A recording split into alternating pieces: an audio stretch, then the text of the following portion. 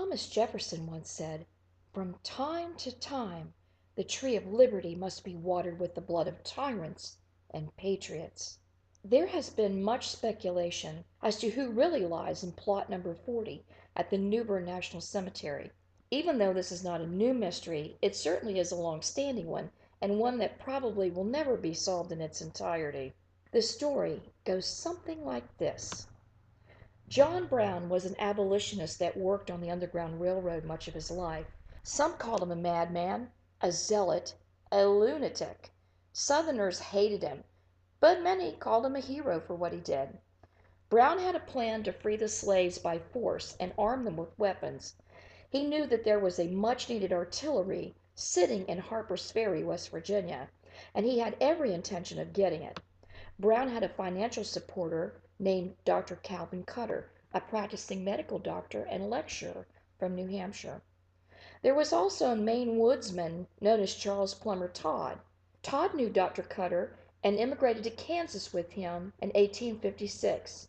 He even lived with the Cutter family from time to time. Todd met John Brown and joined his party at Tabor. He and Dr. Cutter, who had abolitionist beliefs himself, took guns to Brown when he needed them. Todd became one of Brown's closest associates. Prior to Brown and his followers raiding Harper's Ferry, Todd became a captain in his army and was sent ahead of the raiding party to check things out. On that fateful day, on October 16, 1859, John Brown and his 21 raiders seized the U.S. Armory and Arsenal at Harper's Ferry, but their plan failed. U.S. troops under the command of Colonel Robert E. Lee had arrived and quickly ended it. 10 raiders were killed and 5 of them escaped. Brown, who was seriously wounded at the time, was captured, tried, and hanged. Todd, who'd been waiting for recruits and supplies a mile away in a schoolhouse, was one of the 5 men who escaped. After Harper's Ferry, he changed his name to Tidd, and on July 19, 1861,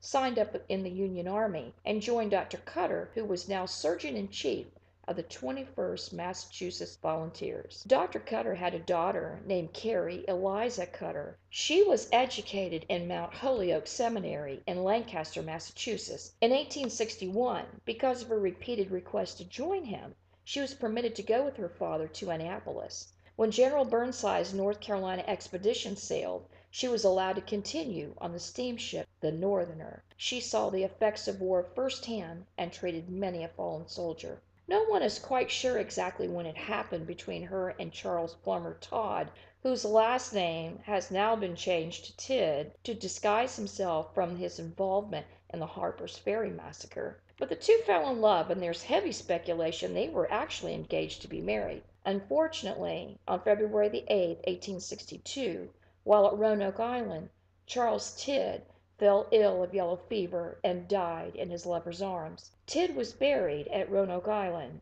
and Carrie Cutter was left heartbroken. It wasn't long after that Carrie caught the disease herself and died 2 months later on March 24th. Prior to her death, Carrie had requested to be buried next to her beloved Charles. This is where the story becomes a little mysterious. Research shows that Charles Tidd and Carrie Cutter were initially buried beside each other on a farm on Roanoke Island. By order of General Burnside, Carrie Cutter was buried with full military honors, equal to those of a colonel. When the National Cemetery was established in New Bern, her remains were moved there by order of the Secretary of War. Apparently, someone honored Carrie's wishes to have Charles interred beside her in death.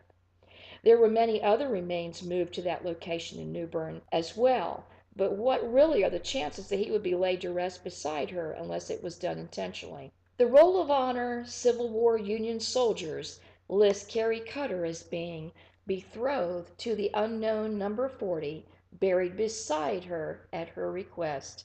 This can only mean one thing: the body that lies in plot number 40 has to be Charles Todd, Tidd, and now Coolidge. It seems his name was changed once more by the cemetery administration, who was afraid his grave would be desecrated because of his involvement with the notorious John Brown.